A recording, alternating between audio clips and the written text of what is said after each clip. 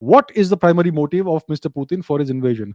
See, the first thing is this illegal regime change, this completely undemocratic regime change that was effected by the West in 2014, when the elected president, the elected government was ousted, right? Viktor Yanukovych's government, and Petro Poroshenko was installed in his place. That is completely illegal and undemocratic. The West talks about a rules based or global order and democracy and liberalism. Where did all that go when they did this regime change?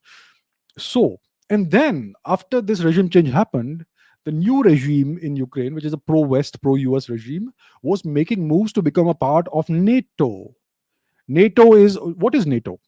NATO during the Cold War was the American anti Russian alliance. So, NATO is the North Atlantic Treaty Organization. The US is part of it. I believe, I'm not sure if Canada is part of it. Look it up, look it up. Okay. I'm not going to give you, I don't remember everything, but France is part of it, Germany is part of it, the UK is part of it, and various other countries in Western Europe are part of NATO. It was an anti USSR alliance. After the dissolution of the USSR, NATO for some time did not have any real meaning. It is essentially the way of the US to control Europe, right? Because you have US troops permanently stationed in Germany, which essentially tells you that Germany is under US occupation. It's under American occupation. There's no other nice way of putting it. Imagine if you had American troops permanently stationed in India. What would that mean? It means India is under US occupation, nothing else. So Germany is currently under US occupation, and so on and so forth, right?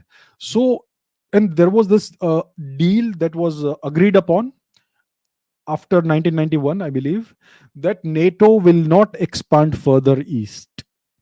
That countries, nations that used to be under the part of the Soviet bloc would not be incorporated into NATO. That was the agreement that was made between Russia and NATO.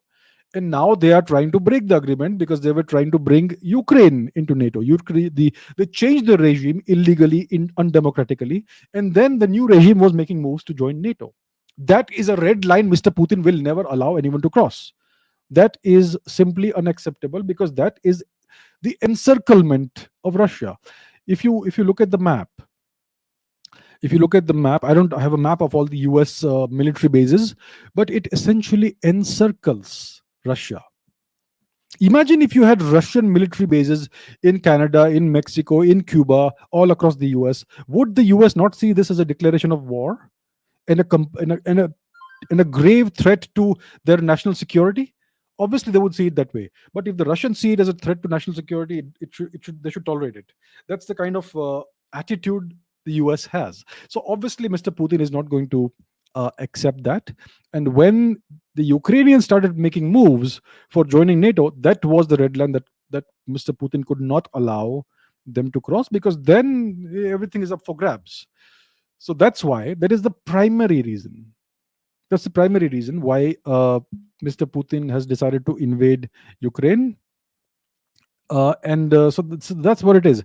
And also because of, the media will not highlight this, but the Russians have been claiming that the Ukrainians are perpetrating all kinds of atrocities against Russian speaking people. There have been massacres and murders and disappearances and whatnot. Okay, the Western media will not corroborate this, so we don't know what to believe, what not to believe. We in India believe the English speaking media, especially if they speak with a posh British accent or an American accent, and they will never report all these things. But I believe it may be true. Why should we only believe one side of the story? The Russians have been making the claim, and actually, it was briefly reported. Some of these things were briefly reported before they were all swept under the carpet. They were even reported by the Western media. So these are the reasons why Mr. Putin has gone ahead with the invasion.